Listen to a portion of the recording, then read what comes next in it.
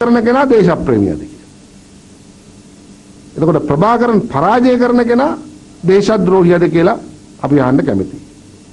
Millennium සිටි පාවාදී මහරා හමුදා බුද්ධ්‍යංශවල විශාල පිරිසක් මරණයට පත් කළා. සමහර අය හිරේ දාලා සමහරුම සම්පූර්ණයෙන්ම කූඩුව ඇතුළට දාලා සත්තුන් පෙන්නනවා වගේ පෙන්වීම සඳහා කටයුතු කළ පුද්ගලයා දේශප්‍රේමීද කියලා අපි අහන්න කැමතියි. එතකොට රණවිරුවන්ගේ ජීවිත රටේ අහිංසක ජනතාව බේරාගත් නායකයා දේශද්‍රෝහියද කියලා අපි අහන්න කැමතියි රනිල් වික්‍රමසිංහ මහත්තයාගෙන්. රටට එරෙහි පටු දේශපාලන අරමුණින් විපක්ෂයේ ඇතමුන් කියන පරිදි රාජ්‍ය ආරක්ෂාව අව탁සේරු කොට ක්‍රියා කළ නොහැකි බව අමාත්‍ය ආන්ද්‍ර ප්‍රියදර්ශන යාපා මහතා අවධාරණය කරයි. පුද්ගලයන් පදිංචි කරන අතරේ අපි ත්‍රස්තවාදයට සම්බන්ධ පිරිස් තෝරා බේරාගෙන වෙන් කරලා උන් පුනරුත්ථාපනය කරන්නත් ඕනේ. එහෙම නැත්නම් මේ මිනිස්සු ආයෙ කොළඹට ඇවිල්ලා තව ලොකු අනර්ථයක් කිරීමට ඉඩ තිබෙනවා. ඉතින් ඒව ගැන කල්පනාවෙන් තමයි ආණ්ඩුව වැඩ කරන්නේ. ඉතින් ඒ නිසා මේ එක්සත් ජාතික පක්ෂ රනිල් වික්‍රමසිංහ මහතාව කියන හැටියට අපේ රාජ්‍ය ආරක්ෂාව දෙකට දාලා අනිකුත් ඒවා ඉස්සරහට දාන්න අපිට පුළුවන් කමක් නැහැ. තවත් දේශීය ප්‍රවෘත්ති රැසක් මේ විරාමයෙන් අනතුරුව.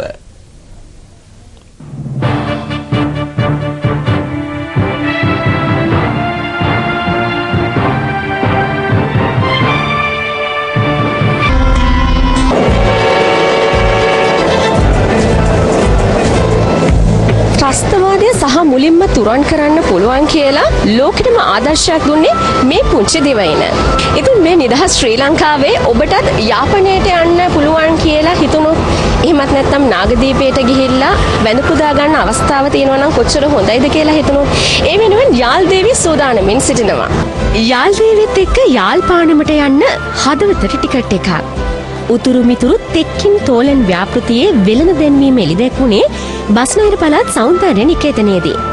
ජනාධිපති මහින්ද රාජපක්ෂ මැතිතුමාගේ සංකල්පයක් මත අමාත්‍ය ඩලස් අලහප්පෙරුම මහතාගේ මූලිකත්වයෙන් උතුරු දකුණු හදවත් යා කෙරෙන මේ දැවැන්ත ව්‍යාපෘතිය දැන් ආරම්භ වෙලායි තියෙන්නේ.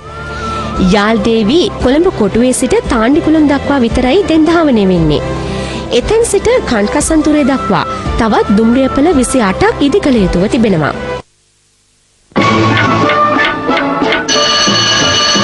අඩුම පොලියට වැඩි මුදලක් NSP රන්සානුක සේවාව ලියාගත්තා. ඒ සඳහා මූලිකත්වයෙන් ක්‍රියා කරන ආයතනවලට සහතිකපත් හා ටැබ්ලයිට් ප්‍රදානය කිරීම ඩලස් අලහප්පෙරුම හා ලසන්ත අලගියවන්න යන අමාත්‍යවරුන් අතිනුව සිදු වුණේ. බිඳුරු හදවත් යා කරන්න සැබෑ ශ්‍රී ලාංකිකයන් ලෙස එක්වන්න කියලා මෙහි උත්සව සභාව අමතමින් අමාත්‍ය ඩලස් අලහප්පෙරුම මහතා සියලු දෙනාටම ආරාධනා කළා. උතුරු මිතුරු ව්‍යාපෘතිය මෙරට ජනතාවට තිළින කරපු මාර්තු මාස 23 වෙනිදා මේ අවුරුද්දේ මේ ගත වෙච්ච මාස 5ක කාලය තුලදී අපි දැක්කේ ශ්‍රී ලාංකීය ජාතියේ අසම සම වූ අධිෂ්ඨානය. මැති ඇමතිවරුන්, පළාත් ආණ්ඩුකාරවරුන්, පළාත් මැති ඇමතිවරුනුත් මෙම උත්සව අවස්ථාවට එක්ව සිටියා.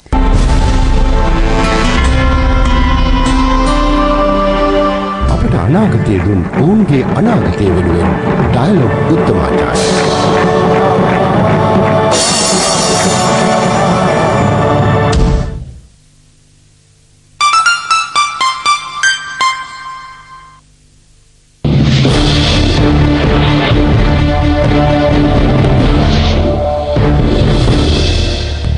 භූකම්පන දෙකකින් ඉන්දුනීසියාවට දැඩි බලපෑම්.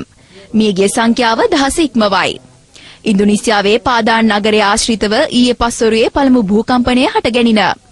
එහි ප්‍රබලත්වය 7.6ක් ලෙස රිශ්ටර් මාපකයේ සඳහන් විය. කඩාවැටුණු ගොඩනැගිලි අතර සිරවී සිටින පුද්ගලයන් සෙවීමේ කටයුතු තවදුරටත් ක්‍රියාත්මකයි. මියගිය සංඛ්‍යාවද තවදුරටත් ඉහළ යා හැකි බව විදේශ වාර්තා සඳහන් කරයි. මේ අතර ඉන්දුනීසියාවේ සුමාත්‍රා දූපත් ආශ්‍රිතව අද අලුයම භූකම්පනයක් සිදු විය. ඉන් බලපෑම් සිදු වූයේද ඉන්දුනීසියාවටයි. රිශ්ටර් මාපකයේ 7ක් ලෙස සටහන් වූ මෙම භූකම්පාවෙන් මියගිය 500කට අධික පිරිසකගේ සිරුරු මේ වන විට සොයාගෙන ඇත. බටහිර සුමාත්‍රාහි රෝහල් ඇතුළු ගොඩනැගිලි 100 ගණනක් භූමිකම්පාවෙන් විනාශ වී තිබේ. ඊට යට වූ පිරිස් දහස් ගණනකි. ඔවුන් සෙවීමේ මෙහෙයුම් තවදුරටත් සිදුවේ.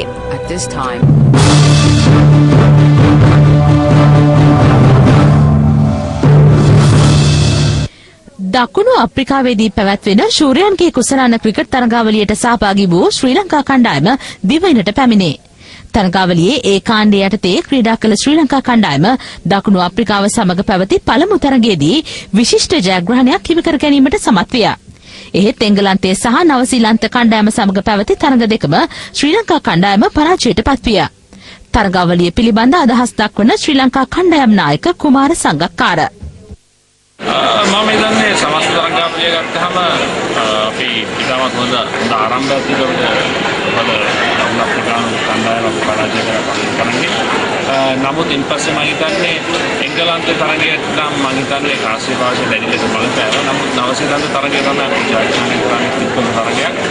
ඒ තිබුණු මම හිතන්නේ පන්තිවන් යම් යෝග්‍ය वातावरण में किसी को नहीं हम रखी मैं हितांग ताना दिशा में सहन डडीले से उन्नत की उत्तर प्रदेश का कंडाय मार्केट අපේ වෙනස් කරගන්න මීළඟට ගෙනෙන විමසුමත් සමග රාත්‍රී 7 ප්‍රධාන සිංහල පුවත් අවසන්. අපගේ මීළඟ සිංහල ප්‍රවෘත්ති ප්‍රකාශය රාත්‍රී 9:30ට බලාපොරොත්තු වන්න. ආයුබෝවන්.